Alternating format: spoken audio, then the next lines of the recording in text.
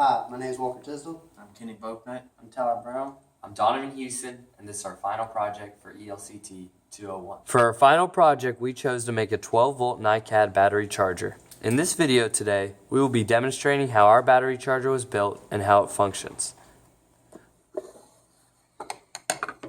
The input for the charger is a 12-volt, 5-watt solar panel. The output voltage of the solar panel can vary due to the amount of sunlight it receives. We mimic the solar panel by using a BK Precision DC power supply. We supplied the 13-volt to the battery charger to approximate the amount of voltage we could be receiving from the solar panel. To build the battery charger circuit, we decided to divide and conquer.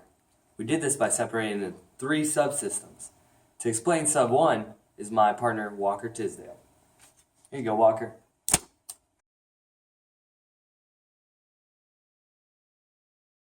The first subsystem consists of the 12-volt NiCad battery that will be charged with a 13-volt DC power supply, a 0.1 microfarad capacitor, which is located here, a 10K variable resistor, which is located here, a 22K resistor, and an 18K resistor, all in series to adjust the voltage that will be delivered to the non-inverting pin of the LM311 op-amp. There is also another 0.1 microfarad capacitor that is connected to the non-inverting pin to reduce oscillation, which is located here. A 6-volt Zener diode, which works in reverse bias, is connected in series with another 22K resistor. These are the input for the inverting pin of the LM311 chip. This subsystem functions by having an adjustable voltage from the trim pot that will be sent to the comparator that compares to the voltage set by the Zener diode. That will determine whether the IC sends a high or low signal, indicating whether it is on or off. The trim pot is used to set the charge limit of the battery, and the Zener diode is used as a set point. We power pin 8 and ground pin 1 and 4. We run a jumper from pin 7, the output of the op-amp, to subsystem 2, which will be explained by my good old friend, Tyler Brown.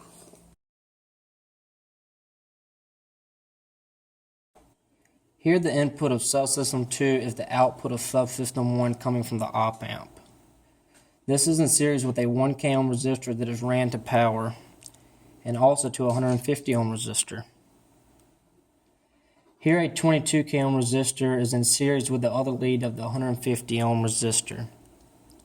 We now run a jumper to another breadboard where we have our RS flip-flop, which is a CD4001BE. We have previously used this logic gate in our Divide and Conquer lab and thought it was a good addition to our original battery charging circuit, which would help prevent overcharging the battery. We run pin 14 to power and pin 7 to ground. Now jump pin 2 to 4, which is the input of the first NOR gate and the output of the second NOR gate. Now jump pin 3 to 6, which is the output of the first NOR gate and the input of the second NOR gate. Run another jumper from pin 4, which is the output of the second NOR gate, to a 1K ohm resistor that is in series with a LED.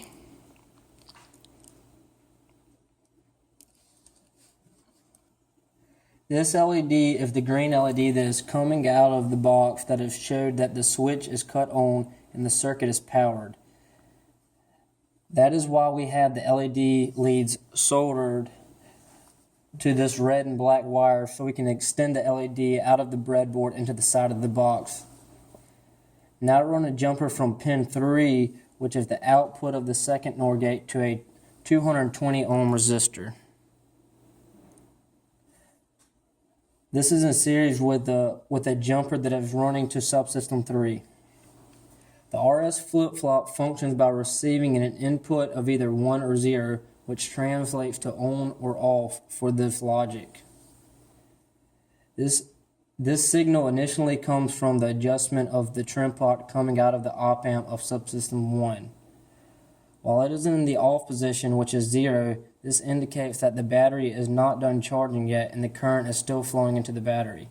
When it switches to the on position, this means that the battery is done charging and sends the current to the transistor located in subsystem 3, which my partner in crime, Kenny, will take over.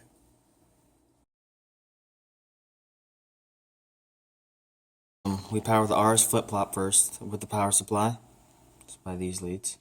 We are able to power the relay by jumping the power from the second breadboard, which is subsystem 2, which allows us to isolate the battery when it's fully charged.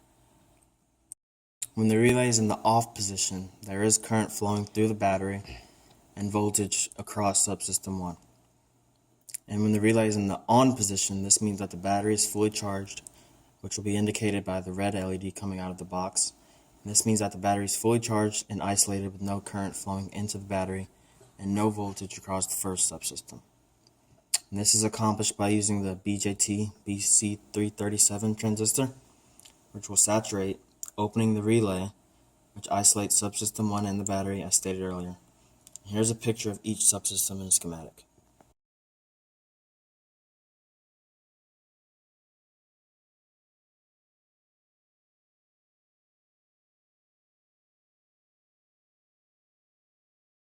The first pin of the relay is connected to the collector of the transistor, and this will turn on once the transistor is saturated. Also, there is a 1K ohm resistor, which is connected to a flyback diode that will prevent a sudden voltage spike if the supply voltage is removed. And this capacitor that is on the power and ground rails is just to reduce noise when the battery is close to being fully charged and is not necessary to operate the circuit.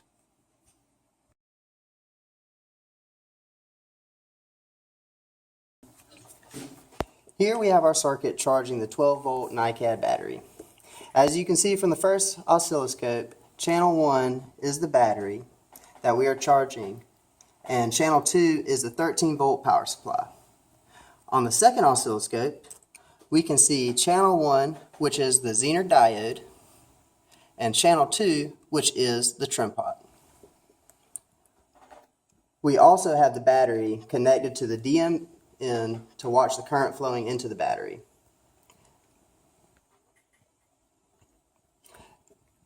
As the battery gets closer and closer to being fully charged, you can see that the current flowing into the battery is getting lower and lower.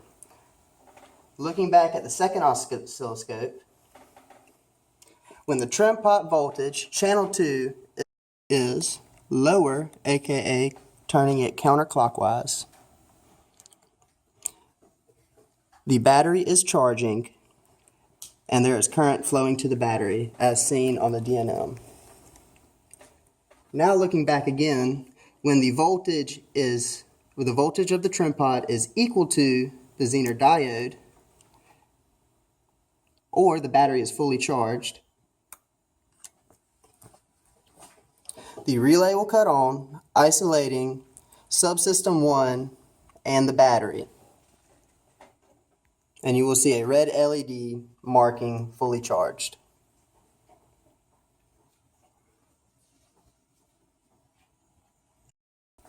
As you can see in our mock circuit, the diode right here that is connected in subsystem 1 allows current to flow into the battery but not out of it. So when the battery is fully charged, it prevents discharging, which makes the battery more reliable and lasts longer. Also, by placing this diode between the battery and the 10K ohm variable resistor, stops current from flowing out of the battery into subsystem 1, which will ultimately cause the circuit to fail. We learned this from a lot of trial and error.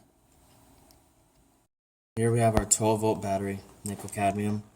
We have 10 batteries connected in series, which are all 1.2 volts, 900 milliamp hours each, which translates to 12 volts and 9 amp hours. And we have the positive and negative leads connected to this breadboard, which will be run to our main breadboard, which will be grounded, and this positive lead is connected to the first subsystem.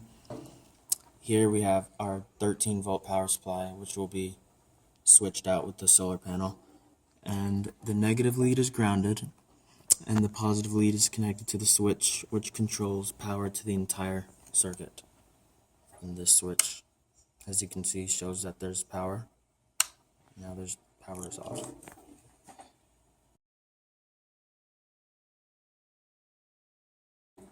In conclusion, we were successfully able to construct a functioning 12-volt NiCad battery charger. It was able to charge the battery, then stop once becoming fully charged. The steps to charge the battery were to 1. Supply the power input from the power supply to the power. 2. Supply the battery charger to the battery input.